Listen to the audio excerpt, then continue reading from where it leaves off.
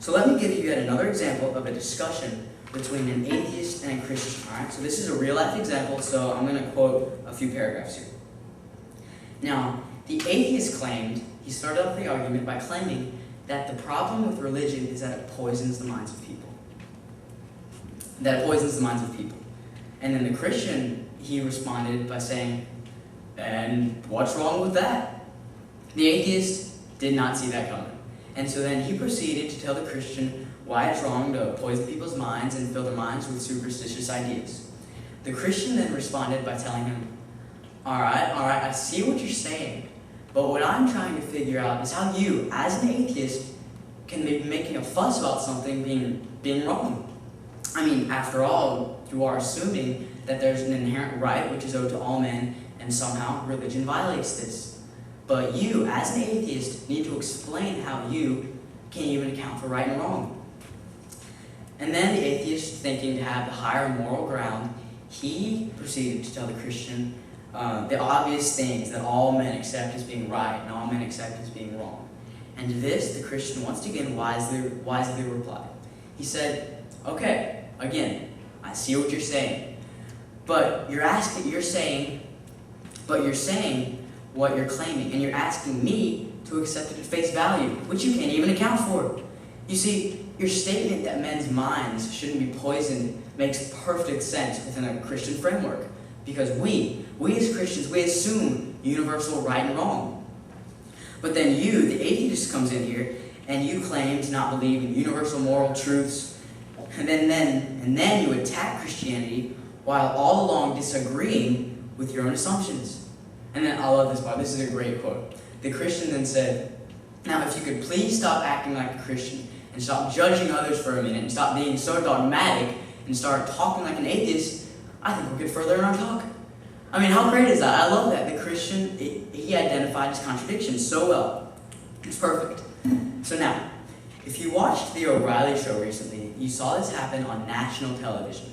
Several weeks ago, Bill O'Reilly, he had Richard Dawkins on his show. And Richard Dawkins, you may or may not know him, he's a renowned atheist, and he recently wrote a book called The God Delusion, and he is making big bucks off of this philosophy.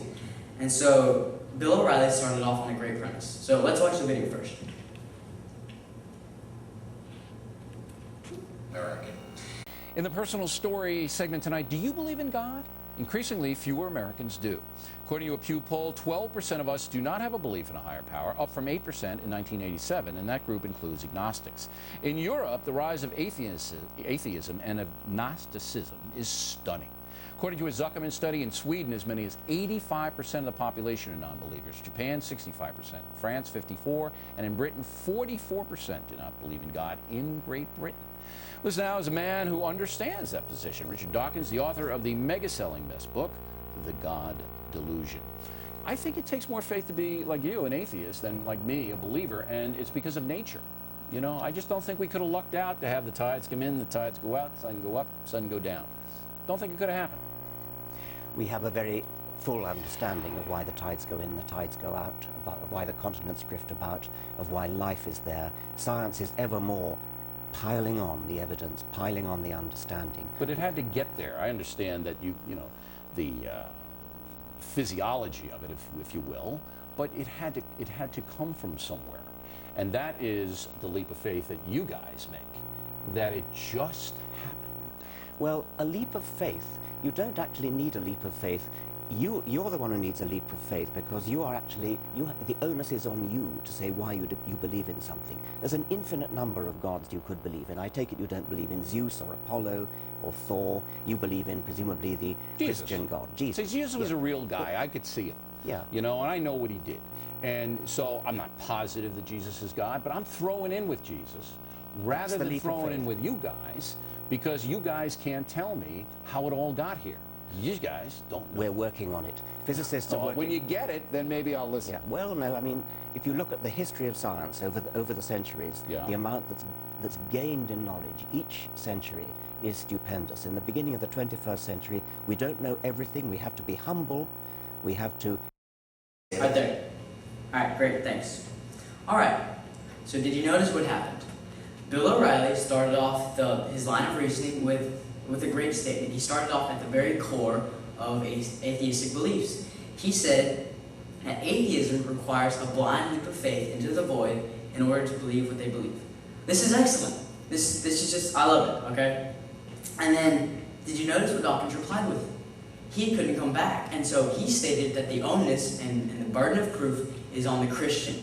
But, so you'll see Bill O'Reilly, he drops the ball for a second, but don't worry, he gets it back, okay? So let's watch this clip. In humility say that there's a lot that we still don't know. And, you know, being humble is a Christian virtue.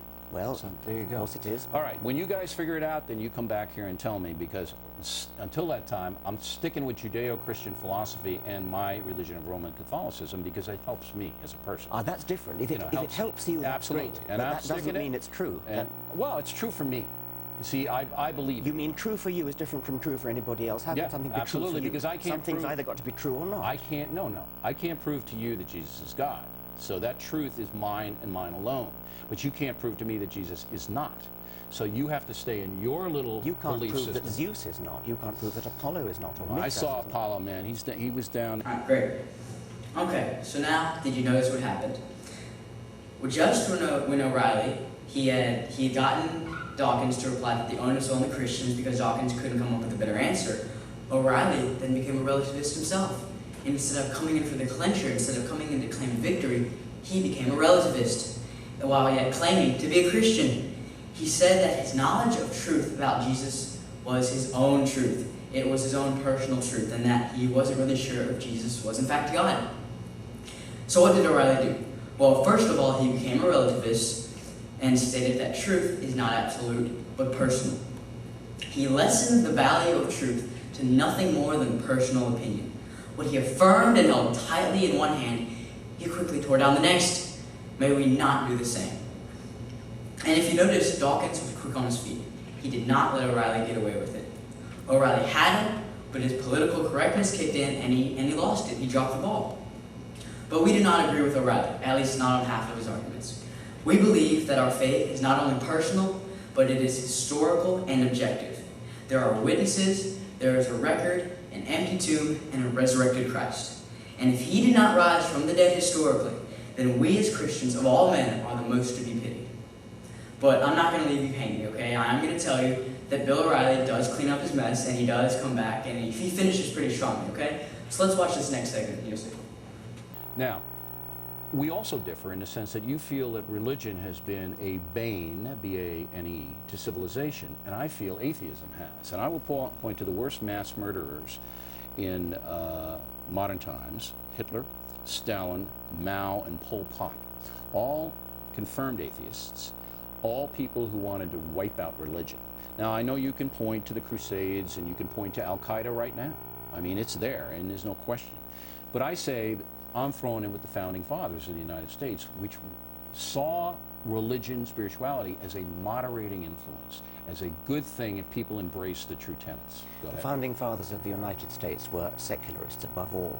So some of them were religious, some of them were not, but they were above all secularists who believed in keeping church and state They had to separate. because of the oppression in Europe. That was what they were, Right. precisely. But I mean, that was what they were almost doing. all of them, they all said a prayer before their deliberations. In their letters, and I have almost all their letters, they all reference the deity. Our Declaration of Independence references heavily. But they saw it as a moderating influence because the federal government at that point couldn't control the country. And they said, you know, if yeah. people follow Jesus, then the country's going to be better. It may well be a moderating influence. As for Hitler and Stalin and so on, I mean, of course, Hitler, by the way, was a Roman Catholic. No, he And never was. He was raised in that home, Yeah, well, but he rejected it early okay, on. We can dispute that. Stalin was an atheist, no question.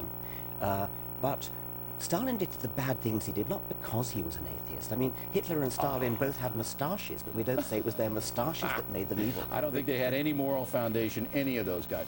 I will I say, don't either. your book is All fascinating. right. So, as you can see, Bill O'Reilly did indeed come in and clean up his mess. And he cornered Dawkins to the point where Dawkins admitted, well, Dawkins said that Hitler and Stalin, they did the things that they did because of their moustaches. Okay, it was the appeal to the moustache argument, you see? And so that is what atheism boils down to.